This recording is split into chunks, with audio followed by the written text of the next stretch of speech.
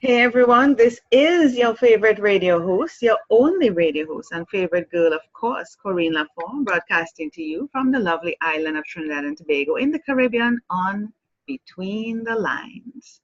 And you know, I always start my show being thankful or grateful, as some of you all may use. I am just so happy to be here. I had a previous episode on my show that was just awesome. Y'all need to check that out. But I'm here with a beautiful woman. I spoke to her in October. She hasn't aged from October to now. And she's I think I think she has found the, what do you call it? The fountain of youth, right? Yeah. I don't She's think so. looking Approaching 60. she's much more beautiful than in October. No, right? She's just beautiful, beautiful. Oh my gosh. It just reflects, like I was saying to the person on my show before, it just reflects your heart, your soul, that cleanliness, that way of giving. It shows in you. Oh my goodness. Thank you very much. Yes. So let me tell you, this is Sue Matthews. She was on my show in October.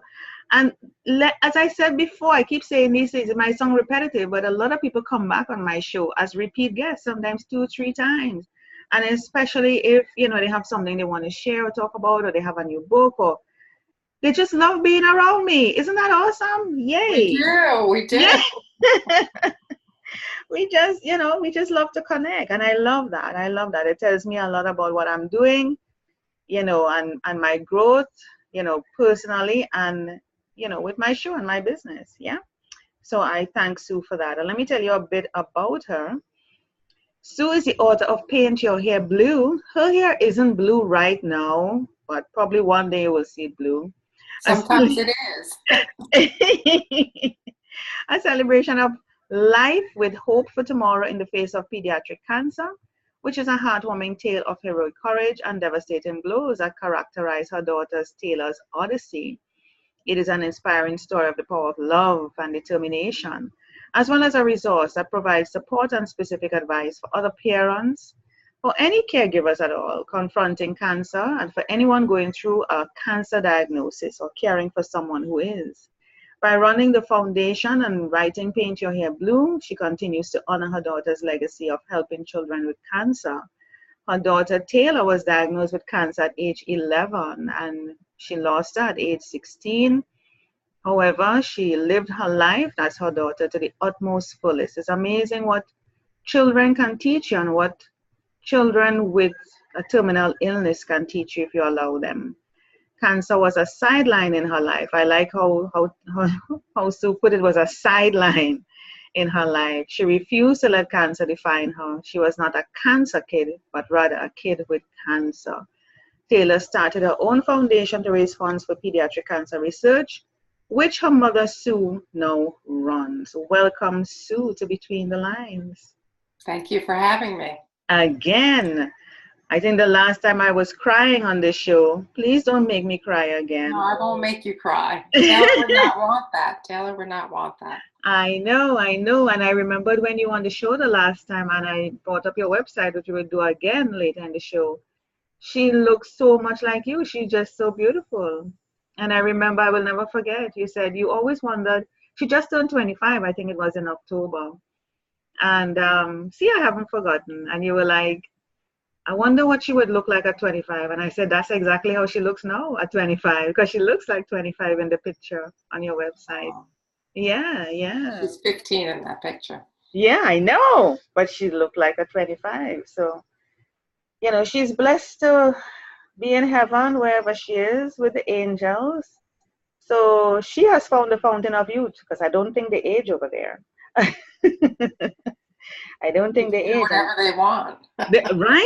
Right? So they have found the fountain of youth. Isn't that amazing? And she lives through you because you look so beautiful. Oh, wow. Yeah. So today, let's see what we're talking about. Never become a victim. Lord, what a topic. I think we could keep talking about that every day. Never become a victim. I saw that somehow in preparing for your show today. I don't know where. I don't know if it was in a bio on your website. I can't remember where, but I pulled it out because just like how I was reading a while ago, the bio for you, and you said cancer was a sideline. Taylor never allowed cancer to overcome her, um, to take over her life, and it was only because of that. And oh, woe is me, let me just die right now. She lived. She never allowed cancer to be the be all and end all of her life. She never allowed herself to be a victim to the cancer. She didn't know when she would have passed on, how it would have happened, or whatever. But until then, she was living. And I knew from the past episode that it was hard for you. And what I want to focus on today is just that, not becoming a victim, and how you as a mother did not push the thought. I mean, it probably did. You could talk about that, of her trying to focus on the cancer. Oh, you're sick. Oh, you're sick. You can't do this. You can't do that. No, you can't do this, whatever. Because you don't want anything to happen to her. It's a motherly love, But while you may talk about that, I also want the focus to be on whether persons have cancer or whatever they may be going through. It could be cancer in financial difficulties, because cancer is a disease, yes, but people can also have a cancer with financial constraints, their business, their relationship. All those things are cancerous, things that are just taking you over, consuming you, that you just give yourself in as a victim to it, that you can't see a way out, you're not living. I want you to share how you managed through the process, that you didn't allow your daughter's cancer situation to consume you either, and how you didn't become a victim, and what are some tips you can share with the listening audience and those who will be listening on not becoming a victim, whether it's cancer, the disease, or cancer in whatever situation they may be in. Well, I always say, Corinne, whether you have cancer or cancer in a financial situation, whatever problems you have, live every day as if you were dying. Live to the fullest. Live every day as if you have no tomorrow. Yeah. None of us know if we do. No. Cancer or no cancer, we don't know. So live as if it were your last day. From the very moment Taylor was diagnosed, that evening she said to me, "Mommy, don't cry." Wow. I'm like, "Taylor, I'm very sad that you're sick, and what the treatment is going to be very difficult. I can't cry." She said, "No, Mommy, you can't cry. Don't cry in front of me. This is not going to be something terrible. We're going to beat this." And that's the end of the story. So of course, that's the end of her story. Conversation over, full stop. That's it. That's it, Mommy. Yeah. So of course I did cry, but I only allowed myself to cry in the shower where she couldn't hear me. Yeah. Because how can I not cry when your child is diagnosed? Yeah. But from day one, she was never going to be a victim. She was never going to, as you say, let cancer define her. How could I be a victim? We had lived a life prior to her diagnosis as if we were living every day. For some reason, especially after 9/11, which was 2 years before she was diagnosed, I had somewhat of a premonition that the shoe was going to drop. I just didn't think it would be my child. In fact, I was taking her out of school for an hour for a routine pulmonary exam the day she was diagnosed. And that morning, I had run on the treadmill, taken a shower, and on my vanity, on my makeup mirror, I always had a cross hanging. And I would hold the cross every morning and say, "Thank you so much, God, for everything you've given me. I'm too lucky." I felt too blessed and too lucky. I had this wonderful husband, these 3 beautiful daughters. At that time, no financial concerns. And I felt very lucky. And then what happened to me? But what happened to me didn't happen to me. It happened to my daughter. I tell people all the time, I'm going to live life to the fullest. I've realized that joy and grief do coexist. Yeah. And I'm going to live to the fullest because she wants me to. But I didn't die. I didn't lose my life. She did.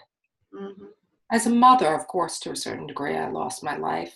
Mm-hmm. But she's the one that lost her life. But she's the lucky one in heaven. She could be. That's Yeah. what I choose to believe. Yeah.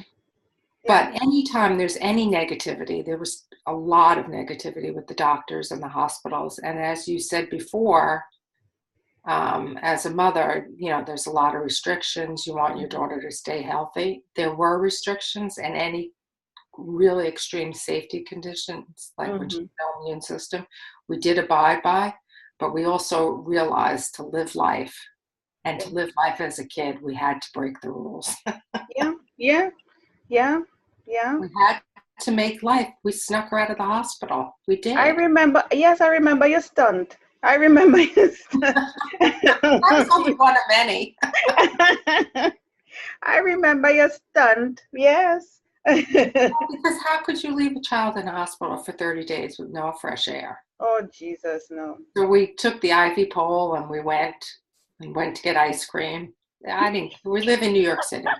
I didn't care what anybody thought. All the taxi cab drivers were hooting their horns and giving us thumbs up. Yeah, yeah. The hospital gown. We went to get ice cream, but we stayed out too long. That they sent security. They called the police on you. And other times when we snuck out, they knew my MO at that point, and they would call security right away. And I'd say, she's safe. I can handle the IV bag. I'm her mother. I'm leaving. Yes. There's no two ends about it. We're not going to stay in the hospital, which can be very negative after many, many days. Yeah. We're going to break the rules as long as it doesn't harm anybody else. Yeah. I like breaking the rules. Yeah, I'm all for that. Did I just say that? Yes, I said that. So I'm all for breaking the rules, having fun, living life to the full. Oh my God. Oh, she would come back from those trips outside so excited. Just when you're in a hospital for a long time, just to order an ice cream cone means a lot. Yeah. And to get fresh air, and I never wanted to leave her. Yeah. Even for 5 minutes in the hospital, she'd say, "Mommy, I need a slice of pizza. Yeah. Go and get it for me. Leave." I would say hold a drink, take a smoke, whatever. Go to a strip club, whatever. Do what it takes. Yeah, whatever. That's what you want to do. Tell me what you want to do, and we just do it. Because you will not get that opportunity again. And this is the thing. You talk about what you're sharing is coming out of the environment, and just like I mentioned earlier, it may not be cancer of the body, but the mind, the situation you may be in, relationship, financial, job, whatever it may be, toxic people around, whatever it may be, it's cancerous to you. It's consuming you. It's eating you up. You can't see a way. You have to be able to come out of that. You have to say, damn it, this is it. I am taking a walk. I am just not doing any work today. You're not seeing me at work today. Call in sick. Go to the beach. Just leave and do something. Hang out with friends. Ask a friend. Pick me up. Take me for a drink. Or you go for it. You don't need a friend to do. Just go by a bar, sit down and have a drink. You don't need to talk to anybody. Take a smoke. You never smoke in your life. Get a cigarette and smoke. Try it. Try it. Choke, cough, whatever it takes, and laugh at yourself. Yeah, laugh at yourself. We also told her, chemotherapy obviously is toxic. My husband and I would say to her, Taylor, we're not going for chemotherapy today. We're going to kill cancer. And you'll be better off by the end of the day. Yeah. And she liked that. She used to use, I don't know if you remember, it's old now, Pac-Man, that video game. Of course. I grew up on Pac-Man. Oh, okay. She used to use that visual of Pac-Man, the chemo, using Pac-Man. Eating it up, chomping, chomp. Yeah. She would use the leg. Wow. What are some tips, Sue, that we can give to persons? So, and we're sharing them even without really calling them tips. Come out of the environment, walk away, take a break, do something that makes you feel good. All those are great tips.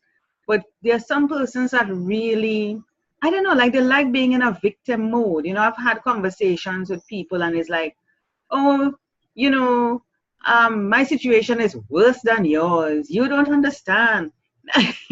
You know, and it's like they're trying to compete with whose situation is more worse than the other. And it's like, it sounds great. It makes them feel good to know that they are more of a victim than the other person. I don't understand. What do you really get from competing with another about a negative situation? Does it make you feel elevated that yours is worse? What does it do for somebody to stay in victim mode and propagate it and speak about it as if it is something wonderful? Why? Well, whether you want to make your situation worse, a worse victim, or even if you want to make your situation, I have all this money, I'm glamorous, I'm whatever may be the case, both situations, you're jealous of that person. You're jealous because you want that. Yeah. You want this celebrity status of being a greater victim or a greater money earner or whatever the case may be. Jealousy can eat at your core. Oh, yes. I always say, if you're a jealous person, I really feel sorry for you. I always speak my mind because it's a terrible way to live life. Yeah, yeah. And that's the ego at play, you know. That's the ego at play. And if you're not aware of yourself and conscious, your ego is going to do whatever it takes to protect itself. And it will tell you things to make you believe it's so. You have to be confident and firm within yourself, because staying in a victim mode, I really cannot see how that could be healthy. Healthy for your mind, healthy for your spirit, healthy for your body. I really, and to talk about it in such a way that mine is worse, and I got into an accident 3 times and I broke how many bones? You only have 1 bone broken, I have 3. I'm like, what the heck? What? I mean, it's laughable. It's honestly laughable. Right? What are you talking about? You just lost your job. I was whatever how many times, and I am living off.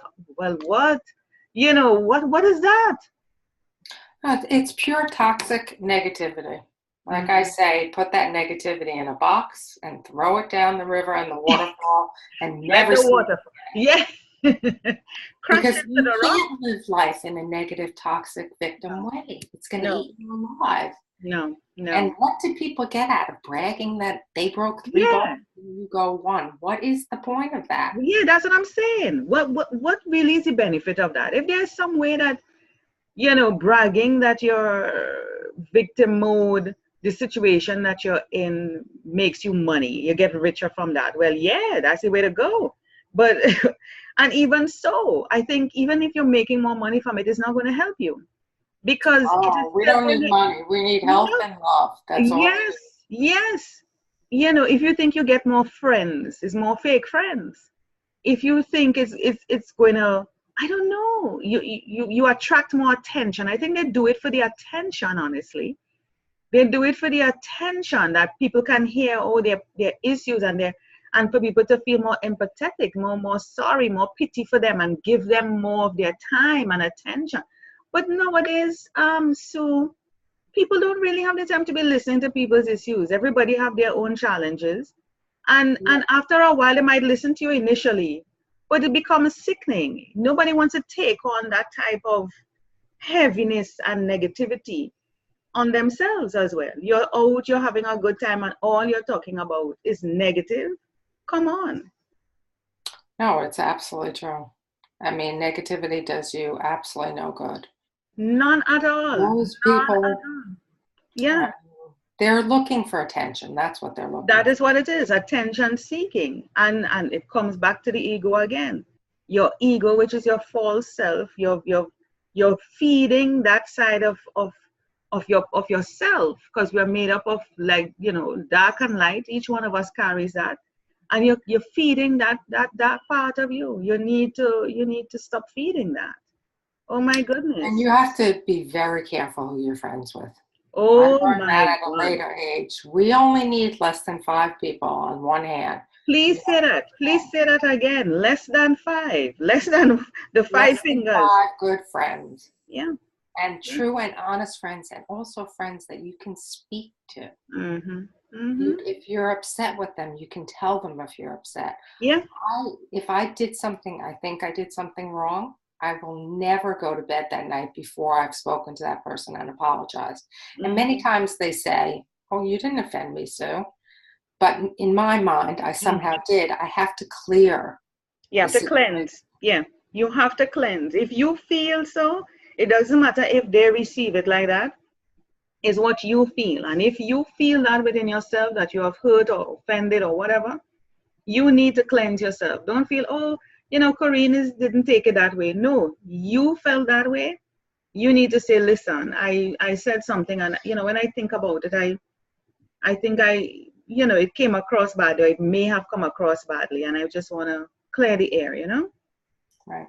Mm-hmm. That's definitely a cleansing part, but you need to be able to be friends with someone that you can tell that to. Mm-hmm. Mm-hmm. Many people will take it wrong or take other things wrong. You need to be able to be 100% honest with your friends. Yeah. To be honest with you, I had 3 little girls in school. I had to be friends with a lot of these mothers just for play dates. Yeah. So happy when my kids went to college. I was like, there's no reason for me ever to spend time with you or anything.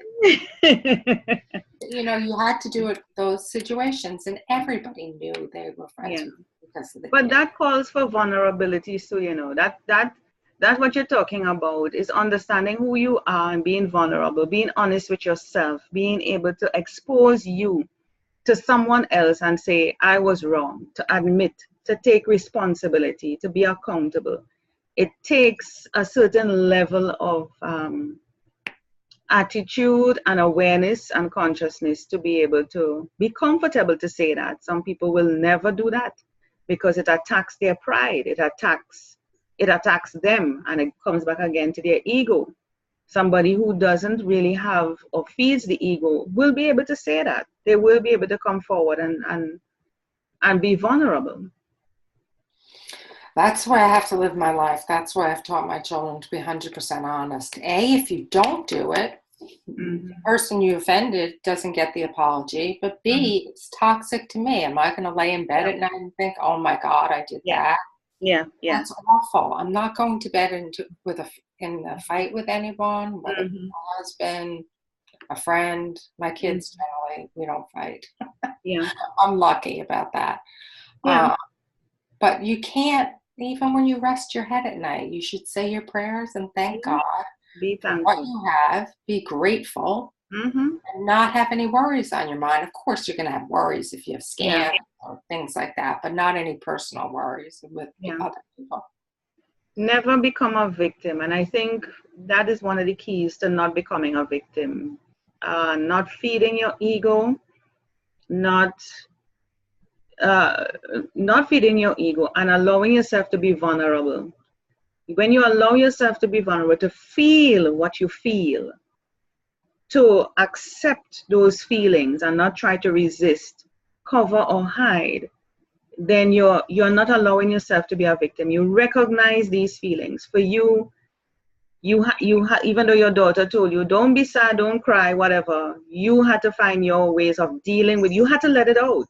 Maybe not in front of her because she couldn't deal with seeing you sad. So to help her and to help you, you had to find a way of coping, of releasing that. You couldn't just walk around holding this pain and hurt as a mother with your daughter, about to die or going to die, and just carry that forever and say, oh yeah, hunky-dory, everything is fine. No, you couldn't pretend. So you found ways of not allowing yourself to be a victim, and in releasing those tears, it helped you to become a stronger person. It helped you to become a stronger person, and it allowed your daughter, Taylor, at the time, to still carry on without seeing you sad. So she had her way of not being a victim. She had her coping strategies, and you had your coping strategies, Right. And the other thing we made sure, which I think is very critical when you're dealing with a child, is we made sure she didn't worry. Everybody thinks, especially when you're a young child, that mommy and daddy are going to take care of everything. Yeah. So we didn't show her our worry, you know, when we were worried about a treatment, a scan, or whatever the case may be. But one time I did give in to my sadness. She had Broviac, which is tubes coming out of your body that insert the chemo rather than with a needle. And so we had to wrap them in saran wrap every night for her to take a shower. It's similar to having a cast when you can't get them wet. Wow. And I went downstairs to the kitchen to get the saran wrap, and I saw her. This was 3 or 4 months into treatment. I saw her looking in the bathroom mirror. Her skin was green. She was bald. She was as skinny as can be. Oh, God. Where they took the tumor out was in her ribs, and they didn't put in a prosthesis, so she was getting scoliosis. Her head was laying on her shoulder. Wow. I couldn't take it. It broke my heart. But without a tear, I wrapped her in saran wrap, put her in the shower, and then I was just sitting right next to the shower, and I put my head down, not to show her my tears, but that's so heartbreaking for a mother. How could she understand at 12? Yeah. How what she saw me put her head down, she drew in the steam a heart. Oh, God. I love you, and knocked on the window with a gigantic smile. She showed me so many ways that love was all we need. Oh, God, I told you, don't make me cry, Sue. I told you I'm not going to have you back on my show again. I'm telling you, Taylor from Heaven is telling you not to cry. I told you I'm not going to have you back on my show again. Don't do this to me. Oh, my God. So, in some other realm, I think maybe in some other life, she was my mother, I was her daughter. Yes, we have to learn from our children if we allow them to. Yeah, we absolutely have to not only listen to them and be their guiding light. Yeah, they are so innocent. They are so innocent. Well, the young innocence of them makes them tell the truth too. Yes. Sometimes embarrassing things, but that's how I live my life. Yes. And I'm sure, you're carrying on your life. She's very happy to see that. And, if she were here today or she comes to you, what do you think she would say to you? She would say, Mommy, live life as if you were dying. Yeah. Live life to the fullest. Don't give up a minute of your life. Yes. Negativity and sadness, which is obviously easier said than done. Yeah.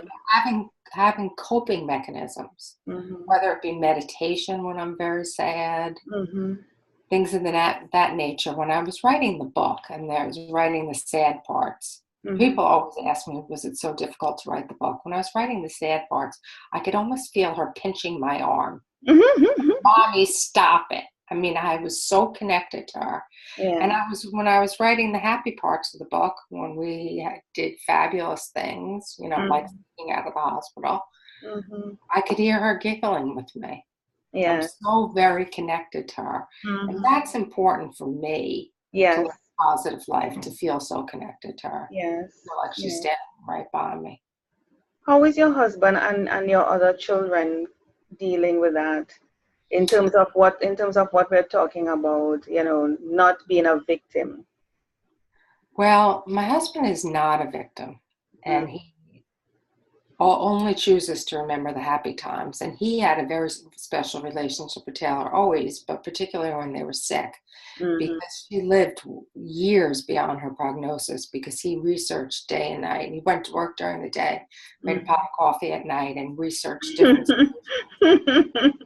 But they would laugh. I'd hear them giggling. Like she'd say, when I'm switching hospitals or switching doctors, Mom, Daddy, what's the next course of treatment? We always discussed it with her. And she always thought, what is the next thing? He was the person. And you can't change people. I can't get him to not feel guilty that he failed her. Yeah. He did everything in the world he possibly could. Yeah. To save her life. And she did ask him the night before she died, Daddy, what are the next steps? Thinking there was something else. And he said, I'm looking into some trials. We'll see what happens next. Well, the father is a protector, he's supposed to protect, and that is normal. But you see, Yeah. yeah, that is normal. And he has to go through his own healing process with that, have conversations with her, and, allow her to let him go. And he must learn to let it go, you know? No, I spoke to a medium about 2 years ago and taped it. And Taylor came through and said, literally, Daddy, I'm fine. You did Mm-hmm. everything you possibly could. Good. That's what came through the medium. Mm-hmm. And I at least gave him the tape to listen to. Tears came to his eyes. Yeah. He has to learn to And let it he has go. to work it out. But other Yeah. than feeling guilty, Mm-hmm. he believes totally in living a positive life. It's a very stressful job, and he lets it out when he comes home. Yeah. I'm the bearer of it, but at least he talks about it. Yes, he has to get it out somehow. And you just have to, instead of projecting back on him, you just have to be the mirror. Just sit there and listen. Yeah. Yeah. So he gets it out too. And my other girls, they go in and out of doing okay. It's hard for them because Yeah. I always call them the lost siblings. Yeah. Because when my daughter got sick, I wasn't home for almost 5 years. They lost their stay-at-home mom. Wow. It's the first time ever they had a full-time babysitter. They weren't used to someone else driving them to school. Wow. And they were worried about their sister. If we had FaceTime then, they would have been a lot less worried because you think of the worst when your sister's in the hospital. Yeah. She could have FaceTime with them and said, oh, stop worrying, I'm fine, and laughed with them, but it made them better. But I live my life, and my husband does, to make sure they have a normal life. That's They right. lost a sibling, but I'm going to make sure that they have a normal life. Yes. Yeah. So I'm there for them. One of my daughters lives very happy and then crashes once or twice a year. And I'm there to hold her in my arms and say, it's okay. Yes. You have to let your emotions out.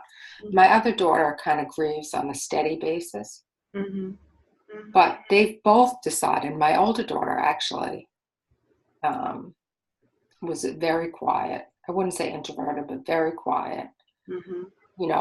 She was the person that everybody came to with their truths because she was so confidential. Now she is such a go-getter. She's attacking life at work, going out at night. She lives in the city. She does everything. And sometimes I say to her, what's up, Ryan? I mean, you don't change your personality from when you're a child. She's 29 years old. She's like, I'm living life like Taylor told me to. That's right. That's right. They've both changed their personalities a little bit.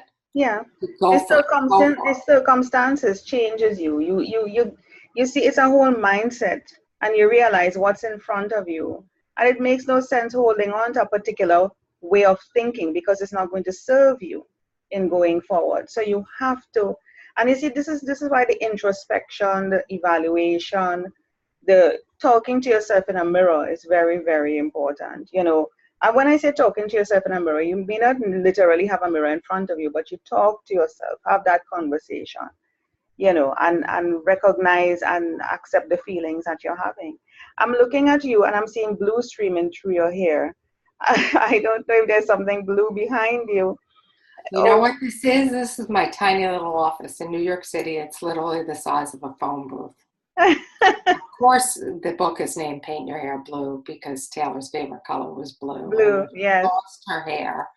I was the one shaking, telling her, you're going to lose your hair. I didn't know if she had put the dots together.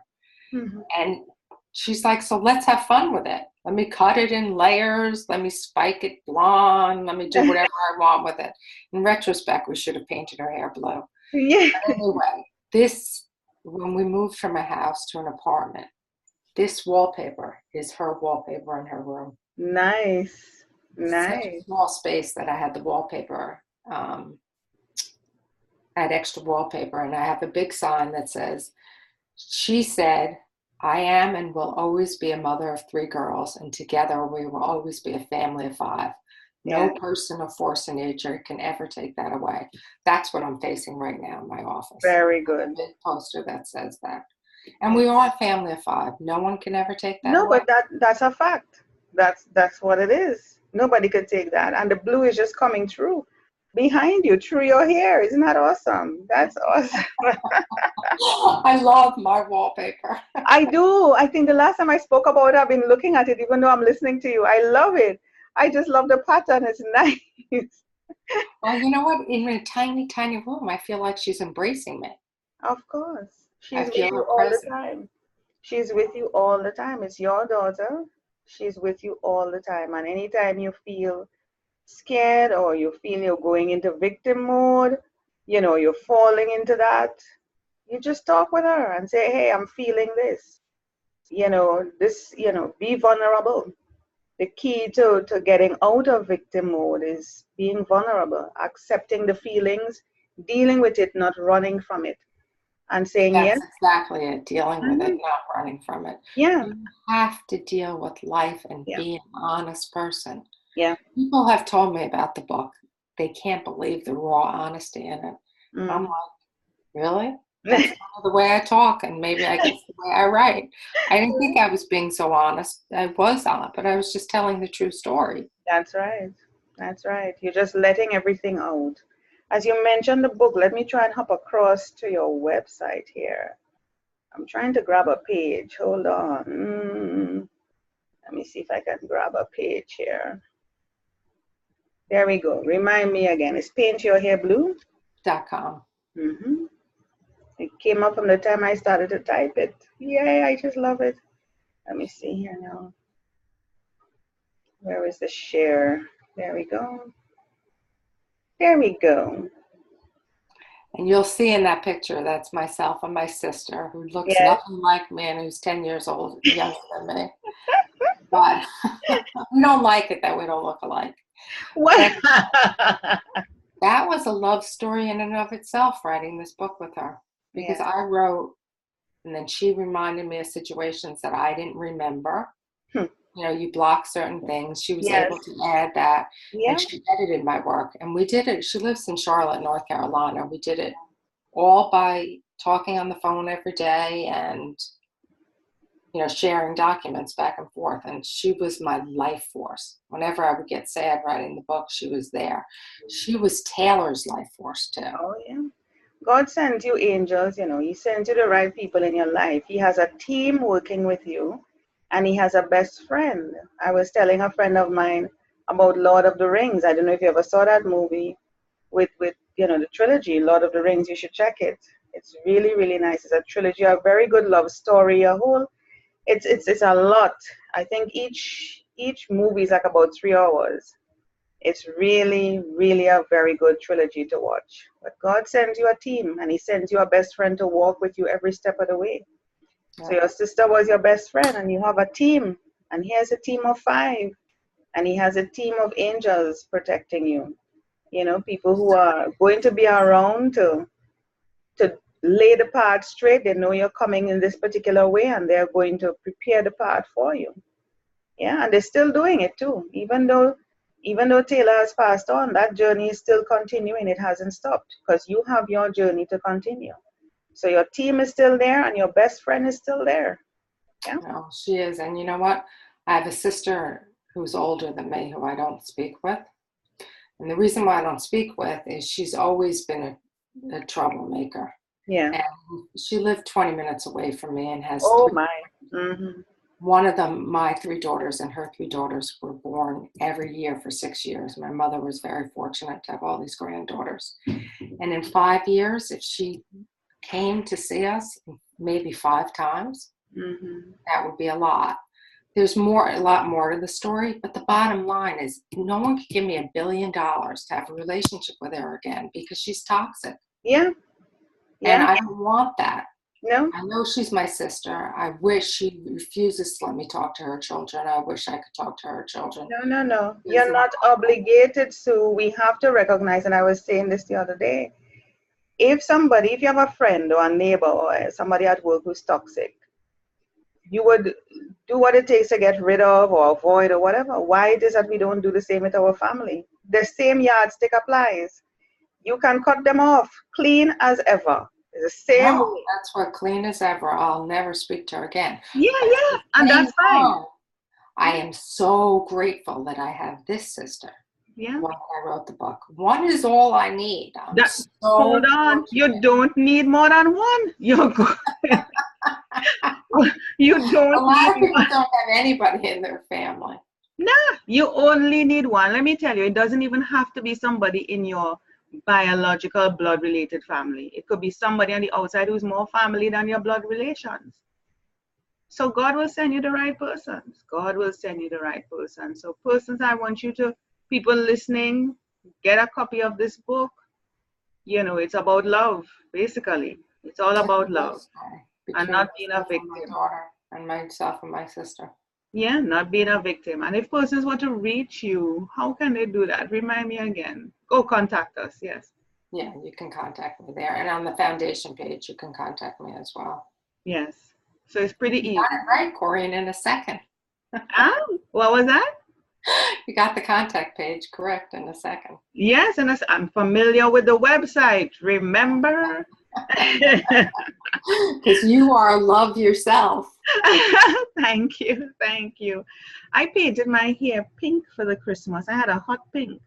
And I think I'm going to try blue another time. I have my hair blonde right now. You don't see it, but it's blonde. And I had a splash of pink, hot pink in there. It's kind of faded out now. But I'm going to do something crazy again another time.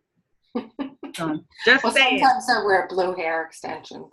Yeah, nothing is wrong with that. My dark hair, they really show, and of course, people stop me and ask me all the time what they're about. Nice. So, persons, please get a copy of the book. You can see a sample chapter if you want to get a taste and the table of contents. So, before you purchase, you can grab that, and of course, join the mailing list so that you keep connected to Sue and her lovely family. Yeah. And this goes out to all parents, caregivers, loved ones, even you. You might be alone. You may not feel like you have anybody to support you. You may not have a sister like Sue or, great people. But anybody in a difficult situation. Yeah, just reach out to Sue. And empower you to live life to the fullest. Yes. Taylor was a prankster from the day she was born. Right. It continued through her diagnosis. I mean, there are a lot more crazy stories than sneaking out of the book. There is always a story, Sue. You know there is always a story. Yeah, there is. There is always a story. But it's been a pleasure talking with you. I always enjoy talking with you. And I remember connecting you with somebody else that was on my show who lost. Is it Roni? Roni, I think. I connected. You did connect me. I emailed her and she did not email back. So maybe I am going to do something about it. I'm going to say, Roni, you need to talk to the program. You need to get with Sue. Right. So I'm going to do something about that. It's 2019. This was quite October. Come on. So I'm going to do something about that. Thank you so much, Sue, for being on Between the Lines again. Thank you so much for having me. It's so lovely to speak with you always. Always. You're inspirational. Thank you. Inspiring your audience tremendously. Thank you. I accept that, and I know I have a lot of work to do, and I'm taking on the responsibility, Sue. Thank you so much. Thank you.